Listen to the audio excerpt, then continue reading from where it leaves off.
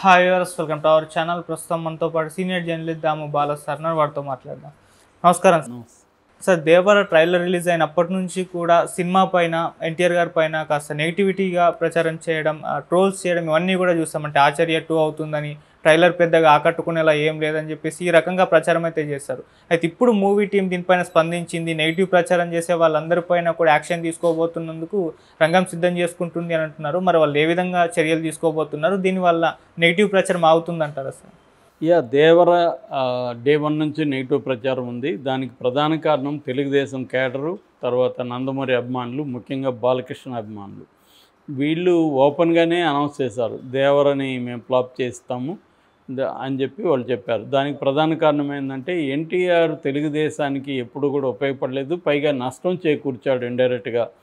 ఎందుకంటే జూనియర్ ఎన్టీఆర్ ఒకప్పుడు 2009లో ప్రచారానికి వెళ్ళాడు. దాని తర్వాత చంద్రబాబు అతను పక్కన పెట్టాడు. లోకేష్ వచ్చిన తర్వాత జూనియర్ ఎన్టీఆర్కి ఇంపార్టెన్స్ ఇవ్వడం మానేశాడు.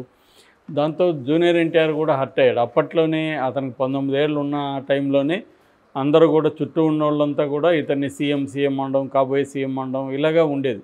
జూనియర్ ఎన్టీఆర్కి కూడా అంత మెచ్యూరిటీ ఆ టైంలో ఉండకపోవచ్చు. తను కళ్ళగన్నాడు, ఎందుకంటే చంద్రబాబు తర్వాత తనే వస్తాను అనుకున్నాడు. కానీ అనూహ్యంగా లోకేష్ రంగంలోకి దిగాడు. ఇప్పుడైనా కొడుకు ఇంపార్టెంట్ కదా తండ్రికి. సో లోకేష్ని కాబోయే సీఎంగా ప్రొజెక్ట్ చేయాల్సిన అవసరం చంద్రబాబుకు ఉంది. అందువల్ల ఆటోమేటిక్గానే తను పక్కన పెట్టాడు. స్వయంగా బాలకృష్ణనే ఎంత జాగ్రత్తగా చంద్రబాబు డీల్ చేస్తున్నాడో మనం చూసాం. బాలకృష్ణని తనకు పోటీ కాకుండా కంట్రోల్ చేయగలిగాడు చంద్రబాబు. అతని కూతుర్ని తన కొడుకు పెళ్లి చేసుకోవడం ద్వారా బాలకృష్ణని దూరం పెట్టగలిగాడు. ఎంత దూరం ఉండాలో అంత దూరం ఉంటాడు. అందుకని ఆ మధ్య చంద్రబాబు జైల్లో ఉన్నప్పుడు కూడా బాలకృష్ణ రంగంలోకి దిగుదామని అనుకున్నా కూడా ఆ అవకాశం బాలకృష్ణకి ఇవ్వలేదు చంద్రబాబు. ఎందుకంటే బాలకృష్ణకి పొలిటికల్గా ఆయన తెలుగుదేశానికి మైనస్ అవుతాడు తప్ప ప్లస్ గాడు అనే క్లారిటీ చంద్రబాబుకు ఉంది. రెండోది, రేపొద్దున బాలకృష్ణ యాక్టివేట్ అయితే లోకేష్కి ఇబ్బంది అనేది కూడా ఉంది. అందుకని చంద్రబాబు ఏంటంటే బాలకృష్ణనే దూరం పెట్టినోడు ఎన్టీఆర్ని ఎందుకు దగ్గర పెడతాడు కాబట్టి దూరం పెట్టాడు. సో ఎన్టీఆర్ ఏంటంటే తను సెకండ్ ఫీల్డ్ అంటాం. సెకండ్ ఫీల్డ్ అంటే లోకేష్ కింద పనిచేయాలి. అది తనకి ఇష్టం లేదు. చేస్తే మనం ఇండిపెండెంట్గా ఉండాలి. చంద్రబాబు తర్వాత మనం ఉండాలి. కానీ చంద్రబాబుకి సేవ చేసి లోకేష్కి సేవ చేస్తే మన కెరీర్ ఏముంటుంది అనేది జూనియర్ ఎన్టీఆర్కి వచ్చింది. Junior NTR point of view నుంచి చూస్తే అది కరెక్టే. తను ఎందుకు ఉండాలి? సో తను సైలెంట్గా ఉన్నాడు. అయితే ఈ సైలెన్స్ అనేది ఒక్కోసారి తెలుగుదేశానికి ఇబ్బంది అవుతుంది. ఎందుకంటే వైసీపీ దీన్ని ఏదో ఒక రకంగా ప్రొవోకేట్ చేసి ఉపయోగించుకోవడం మొదలుపెట్టింది. అంటే జగన్తో జూనియర్ ఎన్టీఆర్ ఫోటోలు పెట్టడం ఇలాగా. సో దాని తర్వాత ఎక్కడ చంద్రబాబు కానీ లోకేష్ కానీ సభలు పెట్టినా, పాదయాత్రలు చేసినా అక్కడంతా జూనియర్ ఎన్టీఆర్ బ్యాచ్లను ఒకదాన్ని దింపి అక్కడ స్లోగన్స్ ఇప్పించడం, కటౌట్లు పెట్టించడం ఇవన్నీ వైసీపీ వాళ్ళు చేయించారు. దీంతో తెలుగుదేశంలో ఒక యాంటీ వర్గం ఉంది. లోకేష్ మీద ఎవరికి నమ్మకం లేదు, జూనియర్ ఎన్టీఆర్ని దింపండి అనే స్లోగన్స్ ఇప్పించడం ద్వారా జనాల్లో లోకేష్ని ఒక బఫూన్ లాగా క్రియేట్ చేయడం, పప్పు అనడం, ఇతను దేనికి పనికిరానడం ఇవన్నీ వైసీపీ ట్రై చేసింది. కానీ అవేవి ఫైనల్గా పనిచేయలేదు. చంద్రబాబు వ్యూహాలు, చంద్రబాబుకున్న మీడియా బలం, లోకేష్ కూడా కొంత కష్టపడడం, జనాల్లోకి వెళ్ళడం, బాడీని మార్చుకోవడం ఇవన్నీ లోకేష్ వైపు నుంచి చేశాడు. మీడియా, తెలుగుదేశం వర్గాలు కూడా లోకేష్ని ఎలివేట్ చేశాయి. అలాగే ఇప్పుడు లోకేష్ ఒక సీరియస్ నాయకుడిగా రంగంలోకి దిగాడు. సో ఈ కాంటెక్స్ట్లో పవన్ కళ్యాణ్ తీసుకురావడం ద్వారా చంద్రబాబు అసలు జూనియర్ ఎన్టీఆర్ అవసరం లేకుండా చేయగలిగాడు. పవన్ కళ్యాణ్ ఉన్నప్పుడు ఇంక జూనియర్ ఎన్టీఆర్ అవసరమేం లేదు. పవన్ కళ్యాణ్ అడిషనల్ అడ్వాంటేజ్ ఏంటంటే పవన్ కళ్యాణ్కి ఒక కులం, ఆ కులం కూడా అనేక కులాల సమాహారం, సామాజిక ఇదన్నమాట.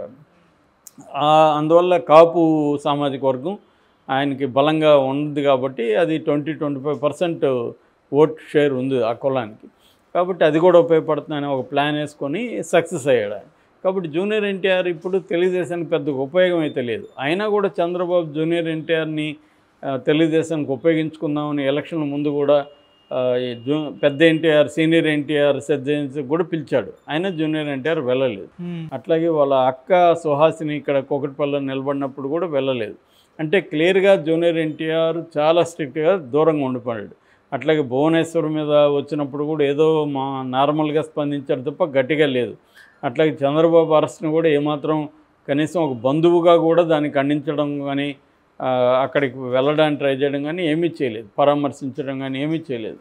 సో దానివల్ల చాలామందికి తెలుగుదేశం వాళ్ళకి ఇటు నందమూరి ఫ్యామిలీకి జూనియర్ ఎన్టీఆర్ మీద తీవ్రమైన కోపం అయితే ఉంది. ఓకే. సో నీకు చంద్రబాబు ఏమన్యాయం చేశాడు, నీకు నందమూరి ఫ్యామిలీలో నేను దూరం పెడితే నందమూరి ఫ్యామిలీలో నేను ఏకం చేశాడు, నీకు మంచి సంబంధం చూసి పెళ్లి చేశాడు, నిన్ను ఎలివేట్ చేశాడు చంద్రబాబు.